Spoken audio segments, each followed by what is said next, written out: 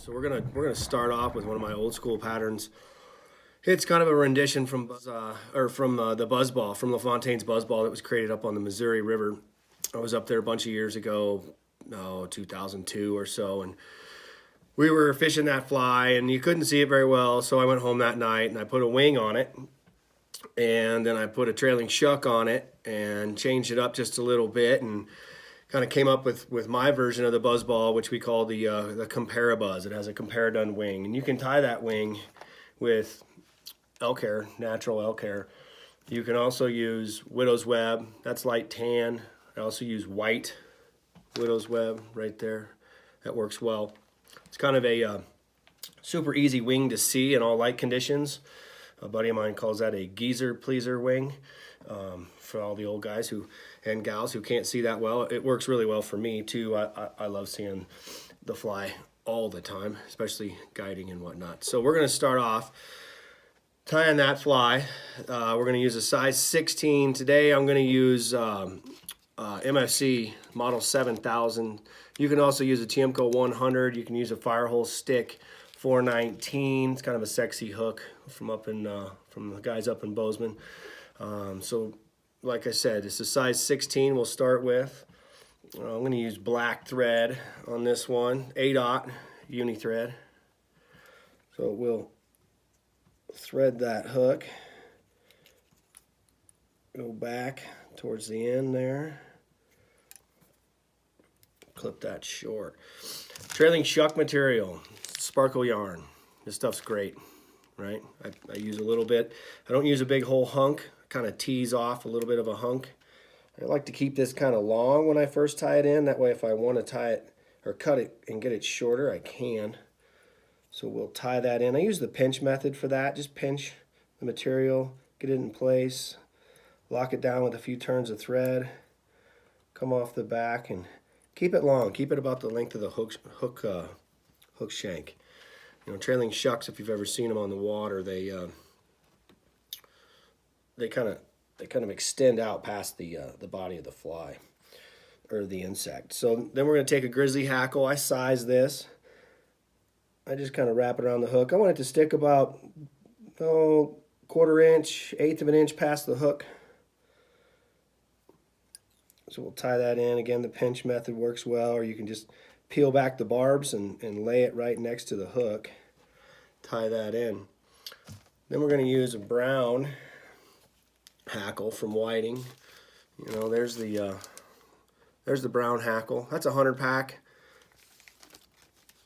That's the grizzly, another 100 pack. Those work pretty well. These are 14s. The brown ones are 16s. You know, I tie using saddles and necks. I still have a bunch of this stuff from over the years of collecting fly tying material. So I'm going to peel that back, pop one of those off. The length on this doesn't really matter, but I want it to come right about to the point of the hook. I want it a little bit shorter. I want the grizzly to kind of stick out and the brown hackle to just kind of be there. I want the brown hackle shorter than the grizzly. So we'll run that forward, build a little bit of a thread base right there. Now we're going to tie in the wing. I'm going to go ahead and use widow's web because it's really easy and I don't have to stack it. That's kind of a guide fly for me.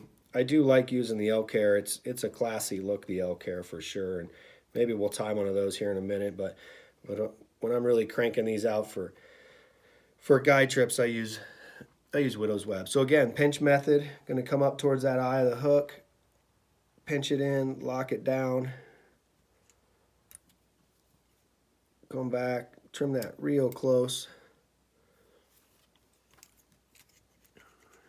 Tie that down. Build that thread dam up a little bit so that you have a nice base to wrap that hackle forward on. Then you're going to bring that wing forward, or backwards, excuse me, and the thread forward. And now you got a comparadun wing. That could probably have a little bit more wing in it, but honestly, that'll work. If I wanted to add a little bit of wing, which maybe we'll do right now just to show you, yes, you can just add. I'll just pull a little bit off of that hunk.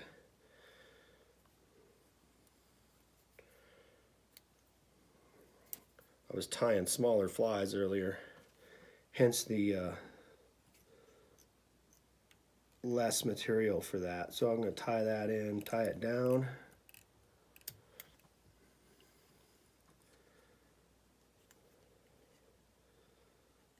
Build that thread back up a little bit back there, come forward. Now we're going to build a dam in front. Yeah, that's about right. A little bit more wing there. That looks good. So we're going to bring the brown hackle forward first. Just going to do it by hand here first. That's how I learned when I was a kid. Did all that by hand. We didn't use rotary vices much, but I do use the rotary for some things.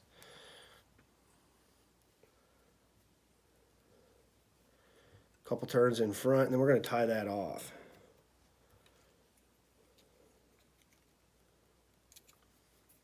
The beautiful thing about this fly is you have all these little points of contact, all those little hackle fibers touching down onto the water. Creates a lot of insect-like look to it when it's on the water.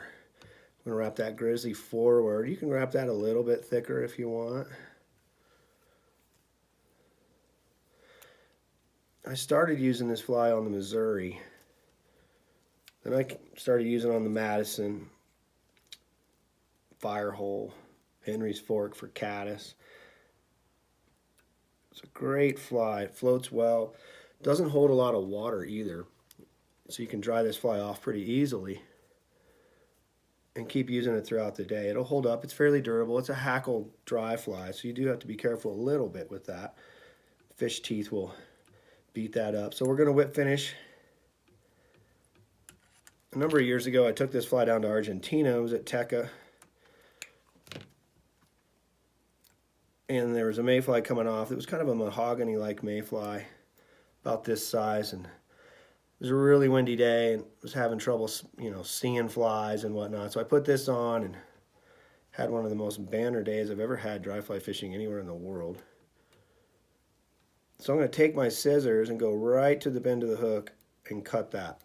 Cut it flush. It helps it land. Looks really good. I'm going to take head cement. I like this because it has a nice dropper on it. I turn the hook to the side and I drop it in there. And I put a little extra in there since it's a hackle dry fly. It kind of helps make that fly a little bit more durable. Let me pull it off. You don't have to do this, but I do. Kind of looks sexy. Just trim the back of it a little bit. Exposes that wing. And there you go. There's the Comparabuzz tied with widow's web instead of elk hair. It's great, easy dry fly. Works all over the world.